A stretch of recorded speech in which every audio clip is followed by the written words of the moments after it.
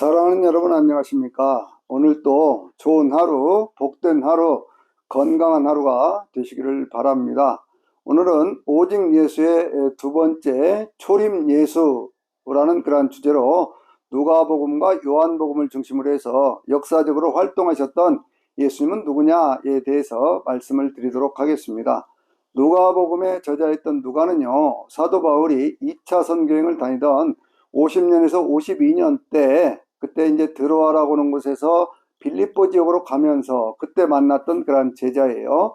그래서 그때부터 이 누가는 이 사도 바울을 끊임없이 함께 다니면서 그러면서 사도 바울의 뒷바라지를 해줬고, 그래서 마지막 디모데 후서에도 보면 거기에 이제 사도 바울이 순교할 그 무렵에도 누가만 나와 함께 있느니라 라고 하는 그런 말씀을 통해서 누가가 끝까지 신실하게 사도 바울의 뒤를 지켰던 그런 인물로 이야기하고 있습니다.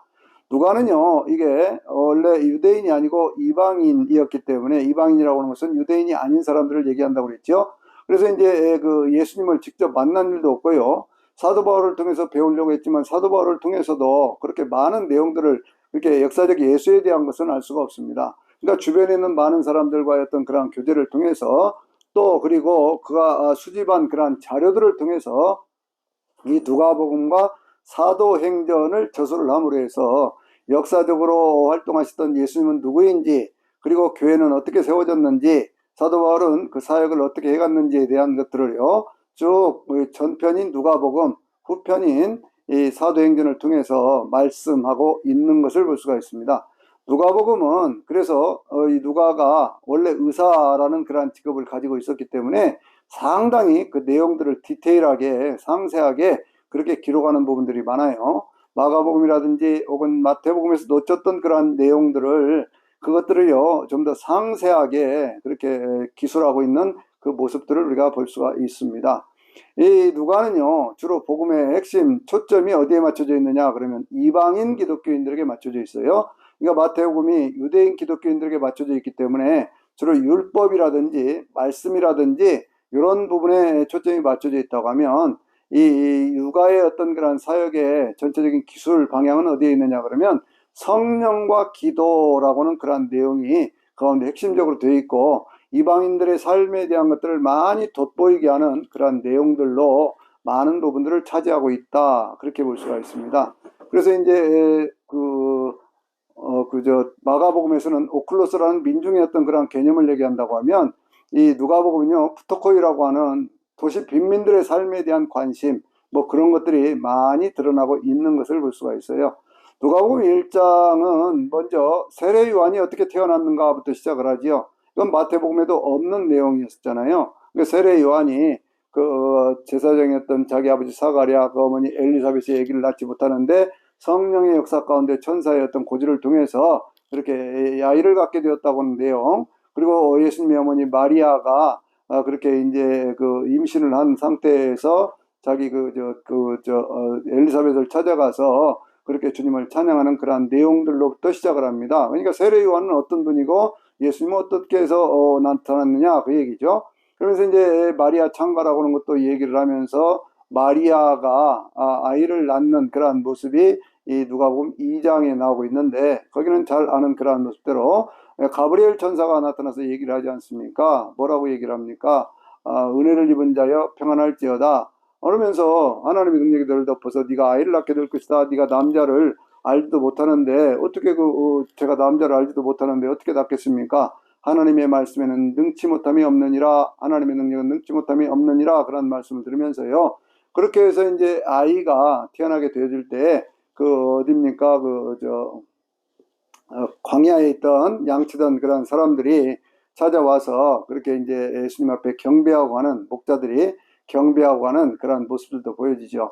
3장을 보면 특별히 족보에 대한 얘기를 합니다. 근데 이 족보에 대한 얘기 가운데 중요한 것은 뭐냐면, 마태복음에 나오는 족보는요, 아브라함과 다윗의 자손 이렇게 얘기를 해서 14대 14대 14대 얘기를 하는데, 14라고 하는 숫자는 게마트리아 기법이라고 하는 그러한 기법을 써서 숫자를 풀어보면 다윗이라고 하는 숫자가, 데이비드라고 하는 그런 숫자가 그것이 14로 되어 있어요. 그러니까 다윗이라고 하는 것들을 돋보이게 만드는 그런 기법을 거기 쓰고 있거든요. 그런데 아브라함과 다윗 자손, 그러면 그 이유는 어떻게 되느냐? 여기에 대한 의문이 생길 수가 있잖아요.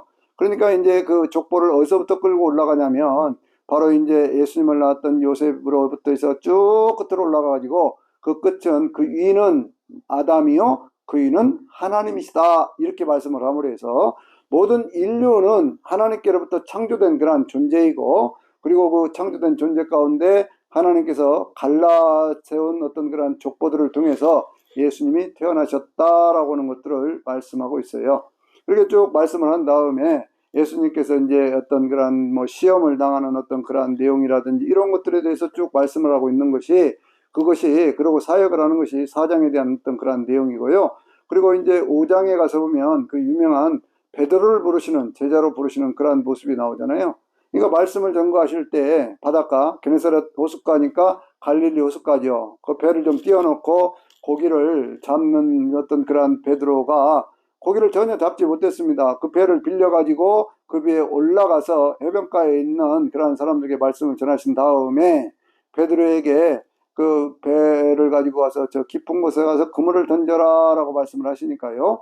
그 그물을 거기에 던졌더니 고기가 너무 많이 잡혀가지고 주님 저를 떠나서 저는 죄인입니다 라고 얘기를 했을 때 내가 이제부터는 너를 사람 낚는 어부가 되게 하리라 라고 말씀을 하시면서 그렇게 해가지고 이제 베드로를 제자로 삼는 그 유명한 장면이 그 가운데 있는 것을 우리가 볼 수 있습니다.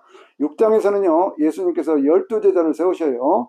12제자를 세우시는데 그 12제자를 세우실 때 예수님께서 어떻게 세우시느냐 그러면 그 12제자를 세우실 때 먼저 산에 올라가서 밤새도록 기도하셨다 그랬어요. 기도를 강조한다고 그랬죠. 처음부터 뭘 강조한다고요? 성령에서 잉태된다. 그리고 기도하면서 세우셨다. 이렇게 말씀을 하고 있거든요. 그러니까 이 누가복음은요 기도에 대한 굉장히 좋은 그러한 교훈들이 다른 복음서에 비해서 많이 있는 것을 볼 수가 있어요. 12명의 제자들을 세우시면서 그 제자들을 그냥 제자라고 하지 않고 사도라고 했다라는 말씀도 거기에 나오고 있어요. 그러니까 사도라고 하는 그런 직분이 언제 주어졌느냐? 예수님께서 제자들을 세우실 때 12명의 제자들을 사도라고 하셨다. 여기에서부터 출발을 하는 겁니다. 그 사도들의 어떤 그런 사역들에 대한 것들도 쭉 말씀을 하신 다음에 그 다음에 이제 7장에 가서 보면요. 그 7장에 가서는 그 백부장의 어떤 하인이 이렇게 아파갖고 있는 것을 그것을 고쳐주는 그러한 모습이 나와요. 그 유명한 말씀 있잖아요. 그 백부장이 뭐라고 얘기를 합니까? 주님이 우리 집에 오시는 거 나는 감당하지 못하겠습니다. 다만 말씀으로만 하옵소서. 예수님이 깜짝 놀래가지고 이스라엘 중에서도 이만한 믿음을 내가 만나본 일이 없다. 이렇게 말씀을 하시죠. 그러면서 주님께서 하셨던 그런 사역 가운데 하나가 뭐냐면요. 거기에 이제 그 회당장 야이로의 딸을 고쳐주는 그런 내용이 그 가운데 나오고 있어요. 아니 나인성 과부요. 나인성 과부의 딸을 거기 고쳐주는 그런 내용이 나오고 있습니다. 나인성 과부의 딸이 어떻게 됐습니까? 거기 이제 병이 들고 죽었는데 그 장례를 바라보면서 예수님께서 그를 고쳐주는 그러한 모습이 그 가운데 나오고 있잖아요.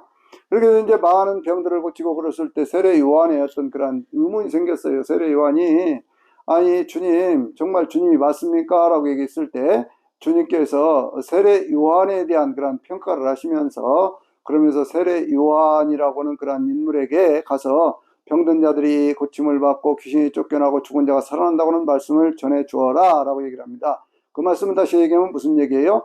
구약시대로부터 약속되었던 메시아가 바로 나다 라고 하는 것들을 증거하고 계시는 것이죠.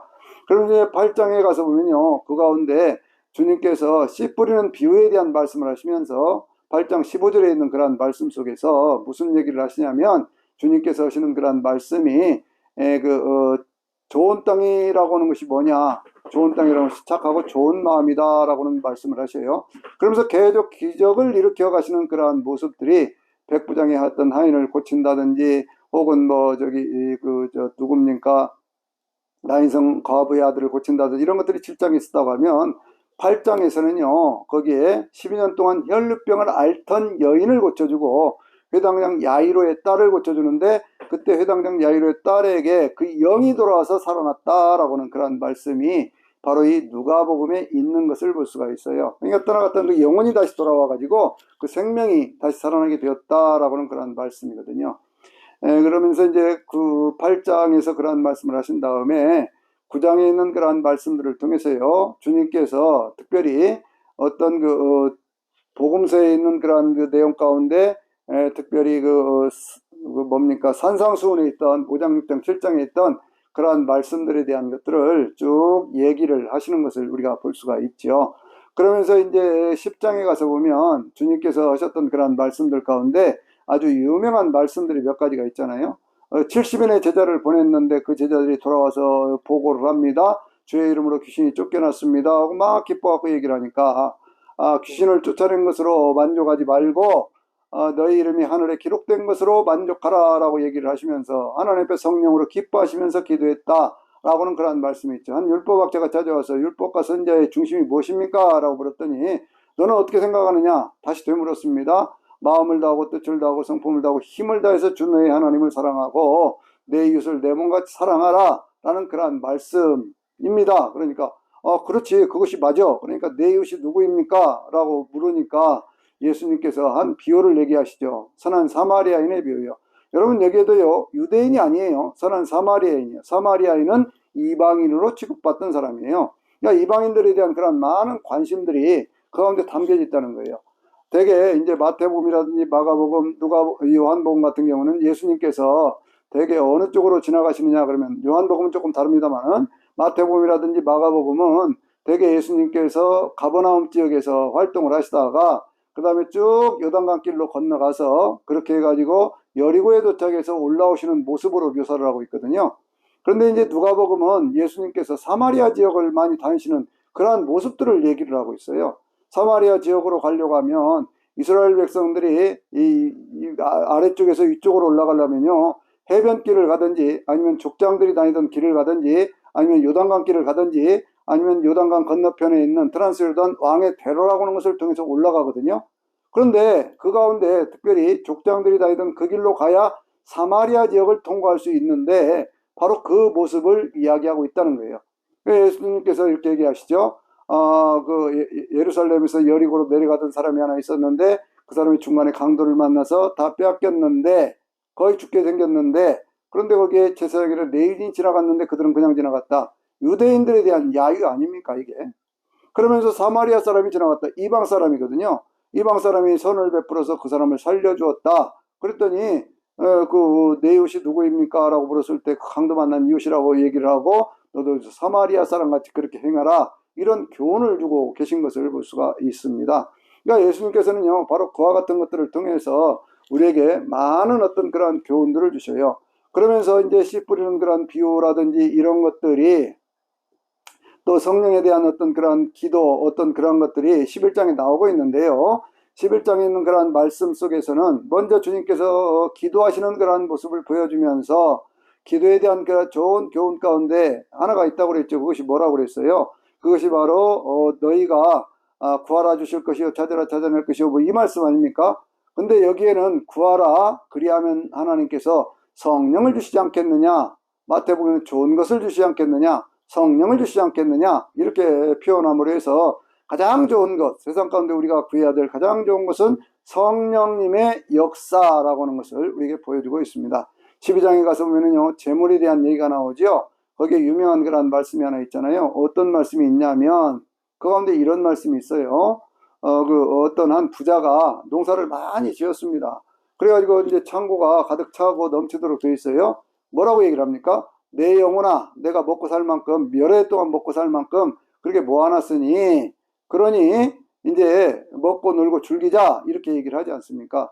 그럴 때 주님께서 뭐라고 말씀을 하셔요? 이 어리석은 부자야, 내가 오늘 밤에 내 영혼을 도로 찾으리니 그러면 이 모아놓고 쌓아놓은 것이 다 네 것이 되겠느냐라고 말씀을 하시면서 재물을 얻어서 많은 사람에게 구제하고 하나님 앞에 헌신하는 것, 그것이 좋은 것이지 너 자신을 위해서 쌓아놓다고 해서 그것이 영원한 것은 아니다라고 하는 영혼에 대한 관심을 다시 한번 일깨우시는 것을 볼 수가 있습니다. 13장에 가서 보면요 거기에 18년 동안 귀신 들린 여자가 있어요. 안식일에 이제 가서 말씀을 가르치고 그러는데 거기에 그 여인이 있으니까 사람들이 거기 있는 바리새인이라는 이런 사람들이 안식일에도 병자를 고치는가 거기에 대해서 관심을 갖고 쳐다보기 시작하거든요.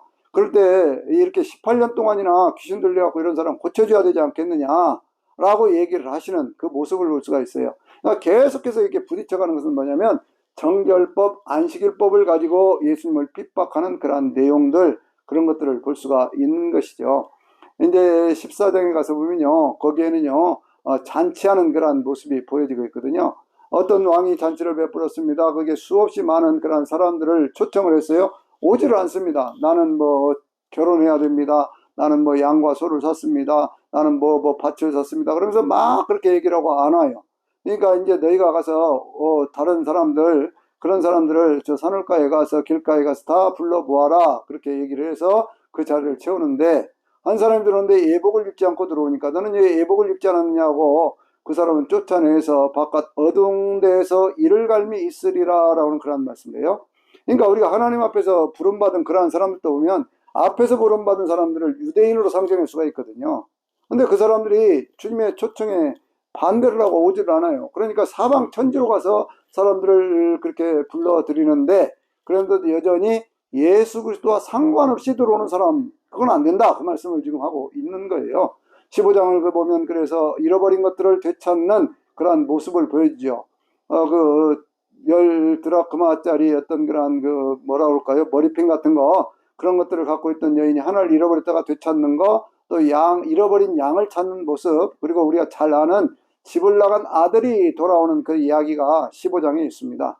둘째 아들이죠.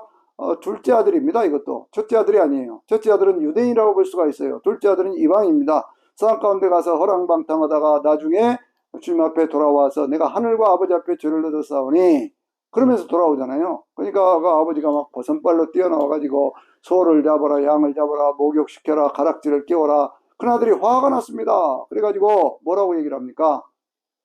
나를 위해서는 양 한 마리도 주지 않더니 아들을 위해서 집 나가 다 먹어버린 이 아들을 위해서는 왜 그렇게 하십니까? 그때 아주 유명한 말씀이 있죠. 이 아이는 죽었다가 살아온 아들이다. 내게 있는 건 다 네 것 아니냐? 그렇게 얘기를 하시는 거예요. 그러니까 먼저 믿었다고 하나님 앞에 구원받은 사람들이 나중 믿은 사람들을 무시해서는 안 되는 거예요. 이것이 바로 유대인과 이방인 공동체가 함께 이루어졌던 초대교회였던 그런 모습들도 우리가 그 가운데 찾아볼 수가 있는 거거든요. 17장에 있는 그런 말씀을 통해서 또 18장에 있는 말씀을 통해서 어떤 그런 말씀의 내용들 가운데 17장은 어떤 내용을 얘기를 하고 있느냐 그러면 예수님께서 이제 어디로 올라가십니까? 예루살렘을 향해서 올라가는데 여리고길 그 가는 가운데에서 어떤 일이 있었냐면요. 거기에 이제 잔치하는 그런 몇 명입니까? 10명의 문둥병자 얘기가 있죠. 10명의 문둥병자들이 거기에서 고침을 받게 되어지는데 그 가운데서도 사마리아 사람만 돌아와서 그렇게 감사하는 그런 모습을 보여주고 있잖아요. 그러니까 이 누가복음의 어떤 지향점 가리키고 있는 내용들이 바로 유대인 공동체보다는 이 사마리아 공동체라든지 이방 공동체를 향한 구원의 메시지가 강력하게 담겨져 있다라고 하는 것을 볼 수가 있는 것이죠. 18장에도 있는 말씀을 보면은요, 거기에 이제 많은 어떤 그런 구원에 대한 그런 말씀들, 그런 것과 더불어서 기도에 대한 내용이 있어요. 기도에 대한 내용 가운데 뭐가 있습니까? 억울하게 고난을 당하는 과부 얘기가 있잖아요. 그래서 어떤 재판장을 찾아갑니다. 18장 1절을 보면요, 항상 기도하고 낙심하지 말아야 될 것을 비유로 가르치셨다 그랬거든요. 그러면서 한 과부가 자기 억울한 사정을 놓고 어떤 재판장을 찾아가서 얘기를 하니까 안 들어줘요. 계속 찾아갑니다. 귀찮아서 못하겠다 하고 이 여인 문제를 풀어줘야 되겠다 그렇게 대답을 하거든요. 그럴 때 주님께서 하신 말씀이, 유명한 말씀이 18장 8절에 내가 다시 올 때, 인자가 다시 올 때 이만한 믿음을 보겠느냐라고 말씀하시는 것을 볼 수가 있어요. 19장을 보면요, 삭개오의 구원 문제를 얘기를 합니다. 이제 여리고로 들어갔습니다. 들어가니까 삭개오가 무화과나무 뽕나무라고 얘기하는 거기에 올라가서 예수님을 바라보니까 그때 예수님께서 삭개오야 내려오라, 내가 오늘 내 집에 유하여야 되겠다 말씀하시니까 삭개오가 내려와서 그 집에 들어가면서는 얘기가, 주님, 내가 가진 것의 절반을 가난한 사람들을 위해서 주겠습니다. 내가 네 것 뺏은 것이 있으면 4배나 받겠습니다. 이렇게 얘기를 하니까요. 그 삭개오에 대해서 오늘 구원이 이 집에 임하였다. 물질적인 사용이라고 하는 것을 어떻게 해야 되는 것이냐라고 하는 것들을 쭉 말씀하시는 것을 볼 수가 있습니다. 19장에서 이제 예수님께서 예루살렘에 입성을 하시고요. 20장에서도 다시 예루살렘에 입성하신 예수님께서 성전이라든지 걸 정결케 하신 다음에 비유로 가르쳐주시는 말씀이 한 절 있습니다. 그것이 뭐냐면 우리가 잘 아는 포도원의 비유예요. 마태복음에도 20장에 포도원 비유가 있었죠. 여기 20장에도 포도원 비유가 있거든요. 그런데 비유가 달라요. 20장에 있는 누가복음 20장에 있는 비유는 어떤 내용을 말씀하고 있느냐? 이 내용은요. 아침에 일찍 가서 일꾼들을 불렀습니다. 점심때도 불렀습니다. 오후에도 불렀습니다. 오후 5시에도 불렀어요. 그래가지고 각각 한 데나리온씩을 줍니다. 사람들이 앞에 있던 사람들이 불평을 합니다. 1시간밖에 일하지 않은 사람도 왜 똑같이 줍니까? 그렇게 얘기를 할 때에 뭐라고 대답을 합니까? 앞에 온 너희들하고 내가 계약을 할 때도 한 데나리온으로 계약을 했고 뒤에 온 사람들과 이렇게 계약을 할 때도 내가 한 데나리온으로 계약을 했는데 그런데 내 것을 갖고 내 마음대로 하는데 너희가 무슨 상관이냐? 네 것이나 가지고 와라. 그렇게 말씀을 하시잖아요. 여러분 보세요. 구원의 어떤 그런 순서를 놓고 보면 예루살렘에 있어서 하나님 앞에 구원을 받아서 먼저 구원받은 유대인들이 있는가 하면 오후 5시에 와서 구원받은 이방인들도 있는 겁니다. 구원은 차별이 없다라고 하는 것들을 그렇게 볼 수 있어야 돼요. 그러니까 누가복음을 볼 때는 그 초점이 이방인의 구원에 대한 그런 말씀들이 가운데 많이 담겨져 있다라고 하는 것을 봐야 돼요. 21장을 보면은요, 예수님께서 종말에 대한 얘기를 마가복음 13장이라든지 마태복음 24장 같은 똑같은 그런 말씀들을 쭉 하고 계시거든요. 그러고 나서 이제 22장에 가서 보면 예수님께서 성만찬을 하시면서 이 떡은 너희를 위하여 찢기는 내 몸이고 이 잔은 내가 너희를 위하여 흘리는 피인데 새 언약의 피다라고 말씀하시는 그 새 언약의 사건이 나와요. 하나님과의 언약을 맺고 이스라엘 백성들과 우리는 살고 있죠. 그래서 구약, 신약 그러지 않습니까?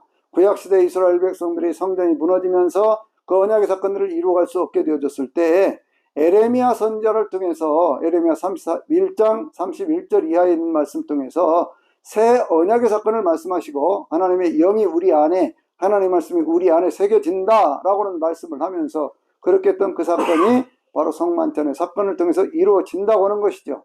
23장에 가서 보면 예수님께서 십자가를 치는 모습이 나오고 24장에 예수님께서 부활하시는 그러한 내용이 나옵니다. 근데 24장을 보면요, 예수님께서 승천하시면서 제자들에게 하시는 말씀이 뭐라고 말씀하시냐면 능력이 너에게 입히울 때까지 이 성에 머물러 있어라 이렇게 말씀을 하시거든요.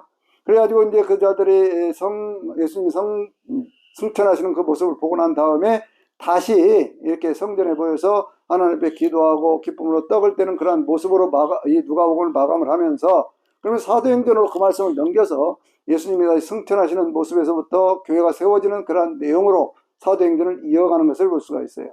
누가는요, 자신의 삶에 있어서 자기가 예수님을 직접 만나지는 않았지만 바로 그 바울을 통해서 예수님을 깊이 만났고 예수님을 깊이 체험할 수 있는 것은 성령과 기도라고 하는 것이고 그러한 사건들이 새 언약의 사건을 통해서 완전히 이루어졌다고 하는 것을요, 누가복음을 통해서 우리에게 말씀하고 있습니다.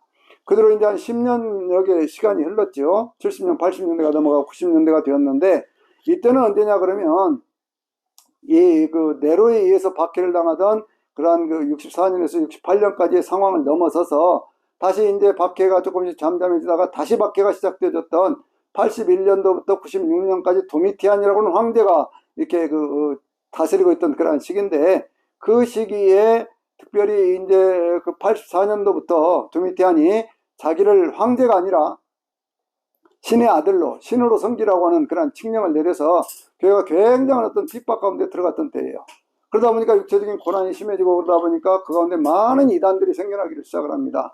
이단들이 생겨나면서 예수님에 대한 얘기를 할 때 예수님은 육체로 오시지 않았다라는 얘기를 하고 그러면서 예수님에 대한 것들을 왜곡을 해서 영적인 어떤 그런 것으로만 얘기를 하는 그런 사람들이 많이 생겨나기 시작했어요. 교회가 내적인 어떤 그런 혼란과 외적인 핍박에 직면해 있을 때 그 혼란의 상황들을 잠재우고 그렇게 하기 위해서 요한 사도가 집필한 것이 바로 이 요한복음이거든요.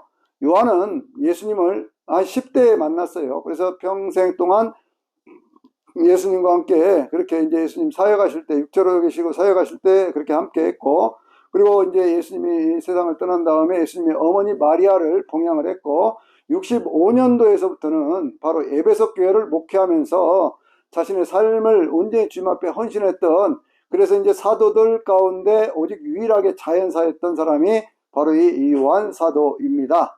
그런데 요한 사도가요, 요한복음을 쓰면서 맨 처음에 뭐라고 시작을 하냐면 태초에 말씀이 계시니라 이 말씀이 하나님과 함께 계셨으니 이 말씀은 곧 하나님이시니라 이 말씀 속에 생명이 있는데 이 생명이 사람들의 빛이다. 세상에 있는 모든 것들은 그로 말미암아 지음받았고 그가 없이는 하나도 된 것이 없다라는 그런 말씀을 통해서 예수님은 처음부터 하나님이셨다고 하는 것을 간증을 하고 있어요. 여러분, 이게 중요한 겁니다. 예수님은 어떤 인간이 깨달아서 신이 된 존재가 아니고 하나님이 그 자신의 가장 기본적인 본성인 사랑이라고 하는 것 때문에 이 땅에 하나님의 형상대로 지음받은 인간들을 구원하기 위해서 오신 분이에요. 그래서 12절에 있는 말씀 보면요, 영접하는 자 곧 그 이름을 믿는 사람들에게는 하나님의 자녀가 되는 권세를 주셨으니 이는 혈통으로나 육정으로나 사람의 뜻으로 나지 아니하고 오직 하나님께로부터 난 자들이니라 라고 말씀하잖아요. 유대인의 혈통이라고 되는 것 아닙니다. 인간의 어떤 그런 인간적인 만남으로 되는 것 아니에요. 사람이 하고 싶다고 해서 되는 거 아니라고 말이죠. 우리가 예수 그리스도를 영접하고 하나님을 믿는 것은 오직 하나님의 은혜 가운데 되어진 일이에요. 말씀이 육신이 되어 우리 가운데 가시면 우리가 그 영광을 보니 아버지의 독생자의 영광이라 그러잖아요. 이 말씀이 무슨 얘기입니까? 하나님의 말씀이 처음부터 하나님이라고 했잖아요. 말씀이 하나님과 함께 계신 이 말씀이 하나님이라고 했잖아요. 그 하나님이 우리와 같은 인간이 되셔서 우리 가운데 오셨다는 거예요. 그래서 그분을 통해서 나타나는 영광을 보니까 그것이 바로 하나님이 이 땅에 오신 유일하신 하나님, 바로 그분이더라, 그런 얘기예요. 그래서 이제 그 19절에 있는 말씀 보면 아무도 하나님을 본 사람이 없지만 하나님 품 안에 있는 독생하신 하나님이 친히 나타내셔서 하나님이 누구인가를 우리에게 가르쳐 주셨다. 그 예수님을 요한사도는 세상죄를 지고 가는 하나님의 어린 양으로 우리에게 소개를 하고 있습니다. 이 장을 보면요, 물이 변화의 포도주가 되죠. 새로운 세상이 시작되는 것을 바로 보여주고 있습니다. 모든 기쁨이 떨어지고 모든 것들이 파여지고 이제 끝났는가 하는 그런 시대에 새로운 역사, 이전 것보다 나중 것이 더 좋은 역사가 나타나요. 그래서 요한은요, 특별히 어떤 사건을 통해서 말씀을 증거를 합니다. 그래서 이제 바로 이 장에서 성전을 깨끗하게 하는 그런 모습이 나와요. 이 성전을 허물라 내가 사흘 동안에 지으리라, 그렇게 말씀하잖아요.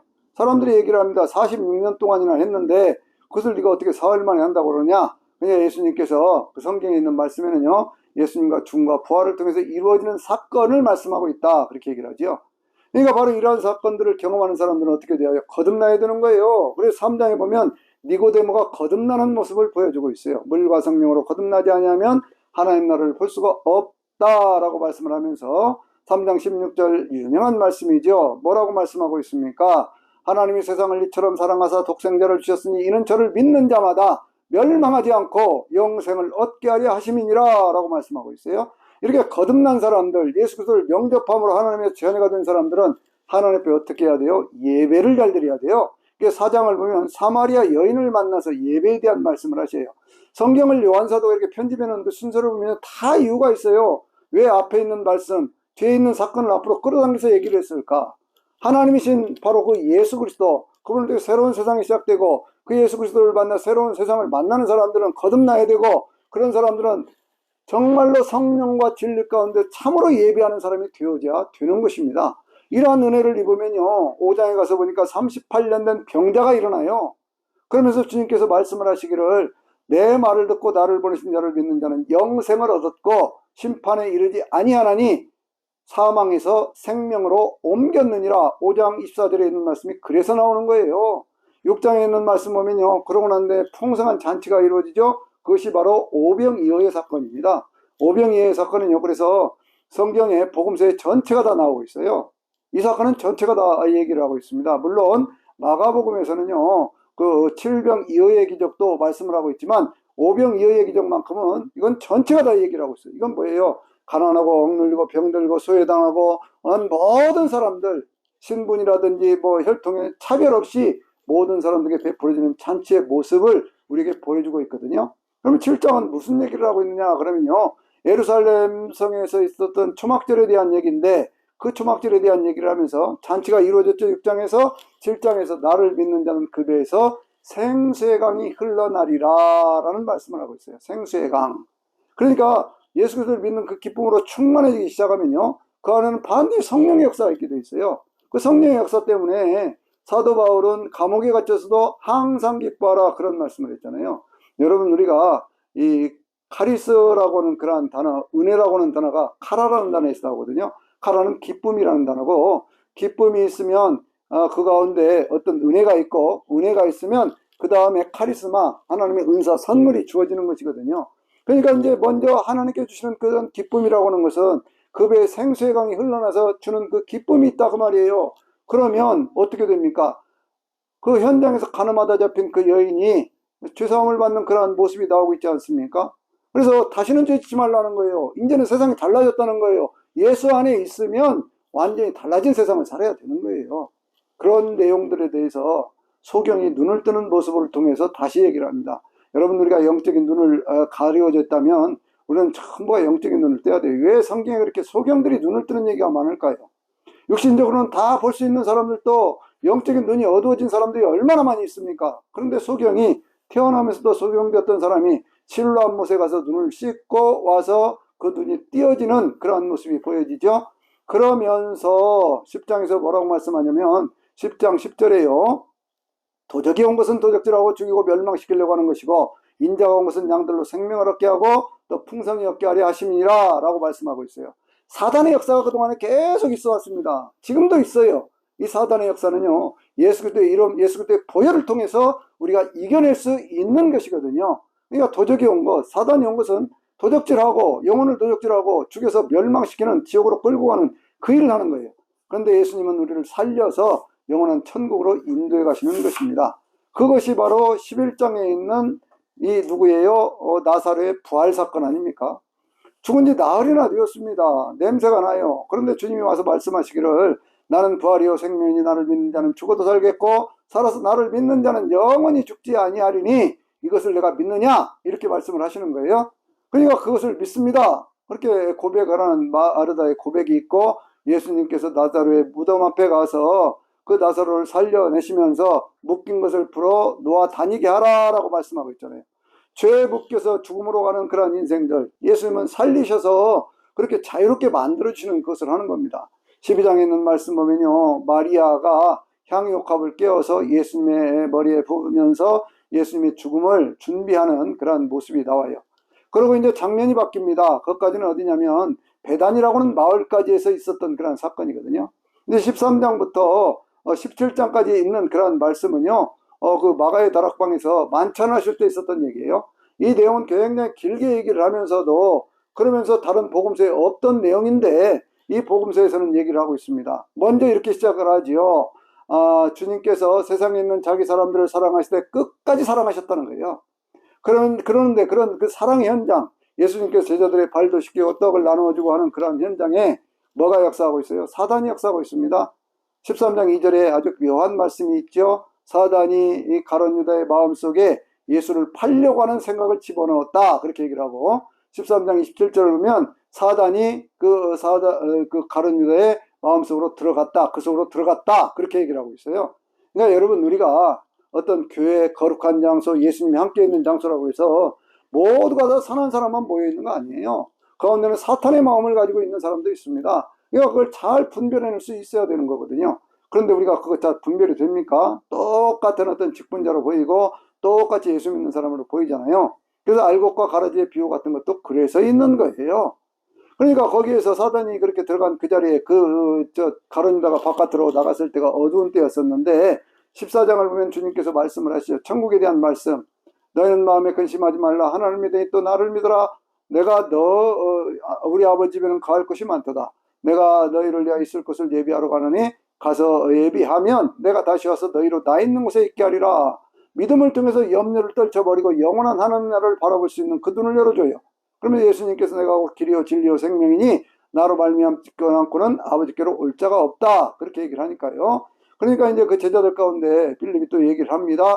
주님 우리에게 하나님을 보여주세요. 예수님 뭐라고 말씀하셨어요? 나를 본 자는 아버지를 보았거늘 어찌해서 아버지를 보여달라 하느냐?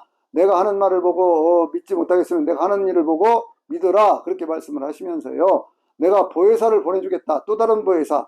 지금 예수님이 계신 당시에는 예수님이 보혜사입니다. 그러나 예수님이 떠나가시고 나면 하나님의 사역을 계속해서 우리 가운데 교회를 통해서 우리 성도들을 통해서 이루어 가실 분이 계셔야 되잖아요. 그분이 성령이시거든요. 그래서 보혜사 성령을 보내주셔서 그분이 너희 속에 계셔서 영원히 함께 계시는데 그분은 진리의 영이라 그렇게 말씀을 하고 있습니다.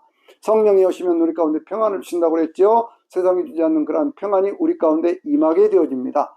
15장을 보면요, 이렇게 하나님의 은혜를 입으면 열매를 맺게 되어 있어요. 내 아버지는 농부고 너희는 나는 포도나무에 너희는 가지다, 그렇게 말씀하시면서 너희가 내 안에 붙어 있어 많은 열매를 맺을 것이다. 지금까지는 너희가 내 이름으로 구하지 않았으나 이제는 구하라 그리하면 받으리니 너희 기쁨이 충만하리라. 16장에 가서는 그 성령의 사역 가운데 주어지는 기도의 능력에 대한 말씀을 합니다. 그러면서 어떤 그런 세상 가운데 있는 모든 것들 가운데 환란이 있다는 거예요. 16장 33절에 세상 가운데서 너희가 환란을 당하나 담대하라, 내가 세상을 이겼노라. 그러니까 이 말씀들은요, 하나님이 우리를 사랑을 하셔요. 염려하지 말라고 하십니다. 그러면서 성령을 보내주시고 많은 열매를 맺게 하시고 기도할 때 응답받게 하시고 죄에 대하여 의에 대하여 심판에 대해서 장래일에 대해서 가르쳐 주시면서 세상 가운데 당하는 모든 환란을 이길 수 있는 그런 능력을 주시는 거예요.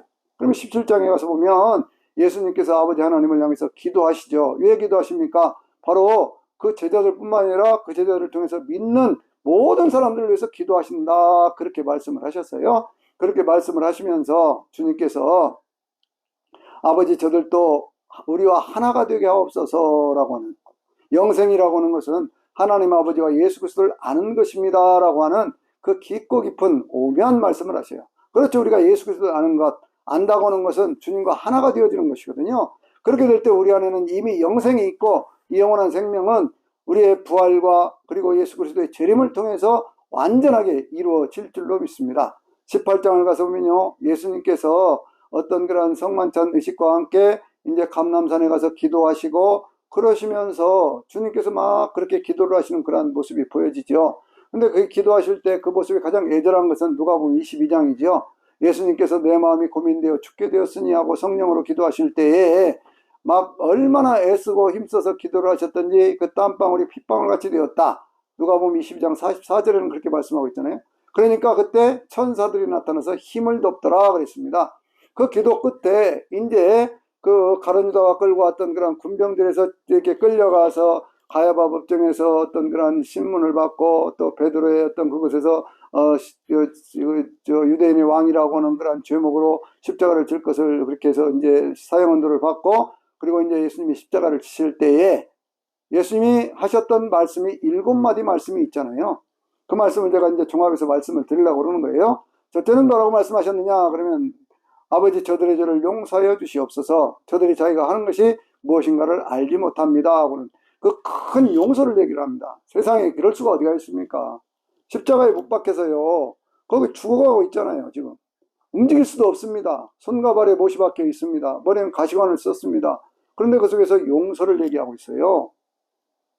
이러한 용서가 지금 저희에게 있는 겁니다. 두 번째는 뭐라고 말씀하시냐면요, 거기에 있는 사람들 가운데 이런 얘기를 하죠.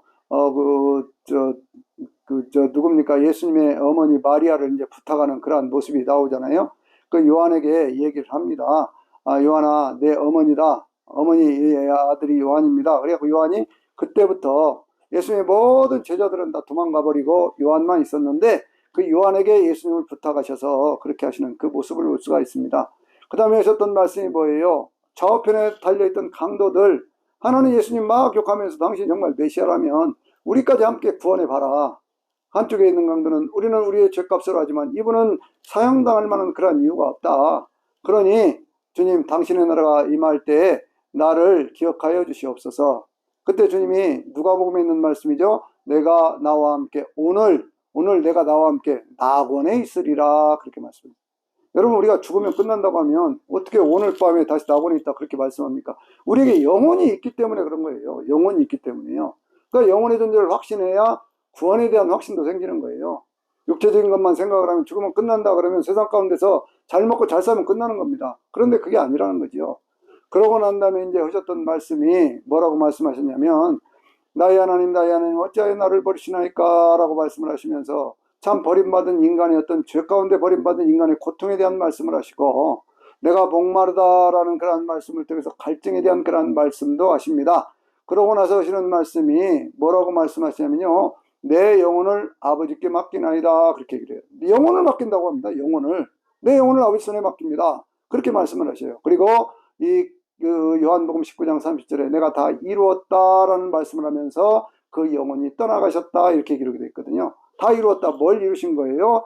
예수님께 초림 예수로 오셔서 이루어야만 될 사명은 속죄의 사명이거든요.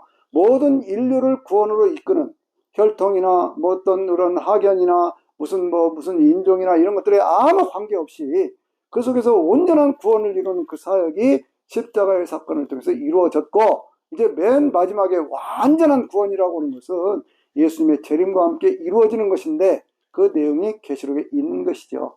그래서 예수님께서 십자가에 죽으신 다음에 그 다음에 20장 21장을 보면 예수님의 부활에 대한 얘기가 있습니다.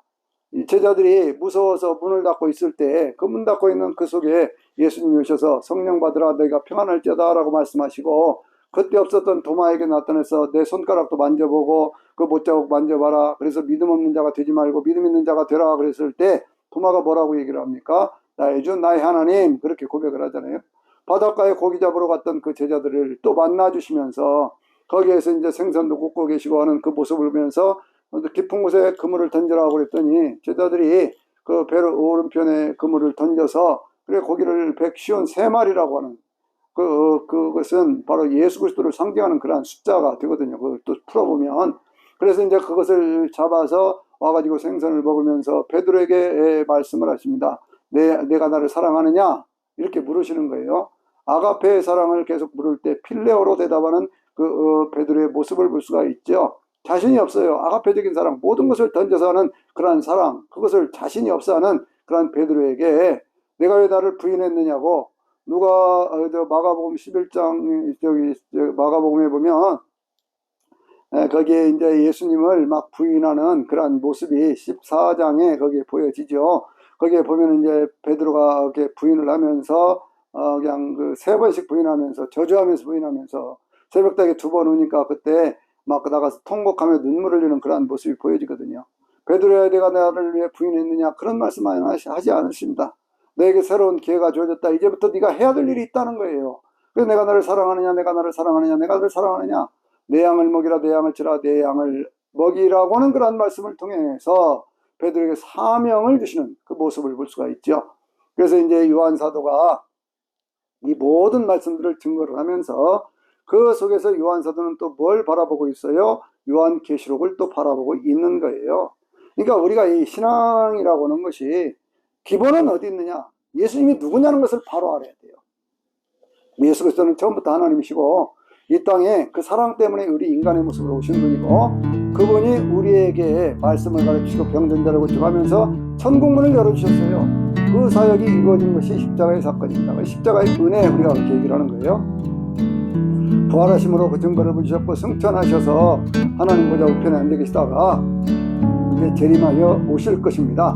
그러니까 재림하여 오시는 그 예수님 우리가 기쁨으로 영접하면서 영원한 천국에서 그 하나님의 은혜를 함께 누리는 저와 여러분 되시기를 주의 이름으로 축원합니다.